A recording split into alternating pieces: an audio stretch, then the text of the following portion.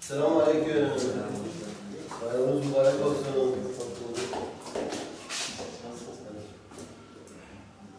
Aleyküm selam ve rahmetullahi ve berekatuhu.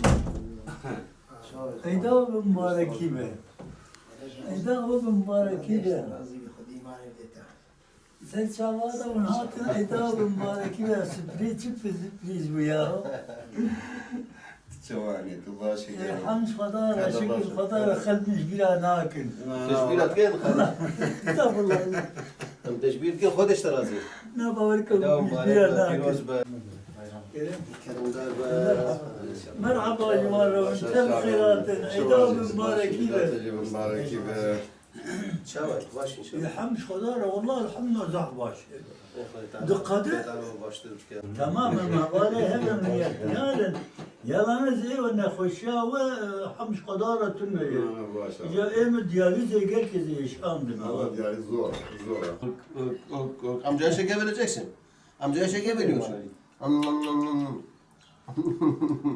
Amcaya şeker veriyorsun. Sen şekersin. Sen. الله وبركاته في سنة سشارة وصلنا على سيدنا محمد سشارة سشارة كيف كده؟ Dini İslam'ı, anlaşam dini. Ama ucuna yeterli olsa belki sen. Elhamdülillah çok başlıyor. Diyarbakır. Valla bir tane bırak şimdi ya bırak kost. وحده خدا کو ممنا रहتا ہے ونعمت جنتی خوشیاں جنتی وعاقبتها مؤمنة مرض مزي يعني عملك نهاية إنسان مؤمن مسلمان وقت رب العالمين بامتحان كل عمل بلد دين خدا ده دربه هذا حبس فرن جيران فقط امتحان Ya imtihan yani belki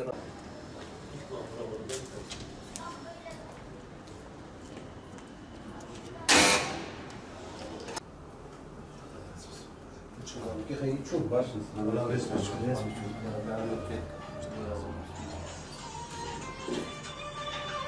Baş mı şurada mı? Abi bir fiyat كم ولا ديواني؟ أبي صورة. أبي صورة فiyat كاس. ناخذ أو خلاص bir divan şey خلاص. 2 yıl öncesinde Malatya'da devlet demir yollarında çalışıyor. O zaman da cezaevine girmişti. Her bayramda olduğu gibi bu Kurban Bayramı'nda da yine şehit, tutuklu ve muhacir kardeşlerimizin ailelerini ziyaret ettik. Hepsinin bayramını, ailelerin bayramını tebrik ediyoruz. Allah-u Teala bundan sonraki bayramlarda cezaevinde bulunan, muhaciratta bulunan kardeşlerimizin kendi aileleri içerisinde bayramları geçirmesini sağlamasını niyaz ediyoruz Yüce Rabbimizden. Hakikaten bu kardeşlerimizin çok acı verici durumları var, öyküleri var. 17 yıl ile 27 yıl arasında cezaevinde bulunan kardeşlerimiz var. Bu seneler sürecinde muhacirat yaşayan kardeşlerimiz var, abilerimiz var. Bunların tek suçu İslam'ı yaşamak ve insanlara anlatmaktır.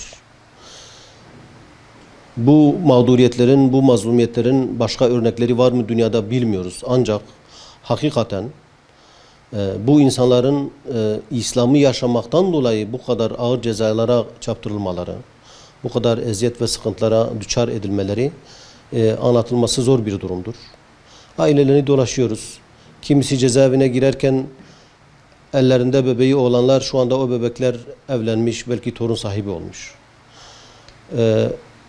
Birçok kardeşimizin kendisi cezaevindeyken, muhacirattayken annesi vefat etti, babası vefat etti, eşleri vefat etti, göremediler. Cenazelerine de bir zamanlar gelemiyorlardı. Hakikaten çok üzücü, çok yaralayıcı bir durumları söz konusu. Ve 16 yıldır mevcut hükümet, mevcut iktidar döneminde de bu mazlumiyetler, bu mağduriyetler hala devam ediyor. Dolayısıyla yetkililere sesleniyoruz. Bir an önce bu ayıptan artık kurtulun. Zaten onun ilahi mükellefiyeti, onun ilahi hesabı zaten sorulacak. Fakat bari bu son zamanlarda da olsa, geç de olsa bu kardeşlerimizin, bu Müslümanların, bu müminlerin bu mağduriyetlerine bir son verin. Ve ailelerin de söyledikleri gibi diyoruz ki bu dosyaları yeniden açın, yeniden yargılayın. Ki bu insanlar Müslümandır, mümindir, İslami bir hayat yaşadıkları için, belki çocuklarımıza İslam'ı, Kur'an'ı öğretmeye çalıştıkları için bugün bu durumdadırlar.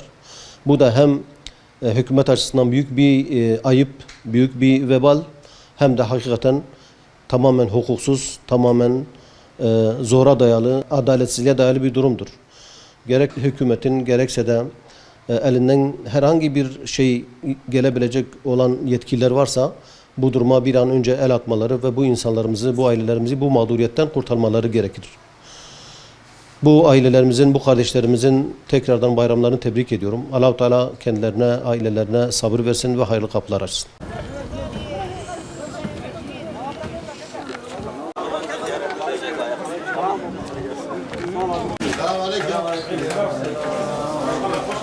Allah razı olsun. Gıdavari Teşkilatı adına sizlere selamlıyoruz. Allah Teala hayırlarınızı kabul etsin inşallah. İnşallah.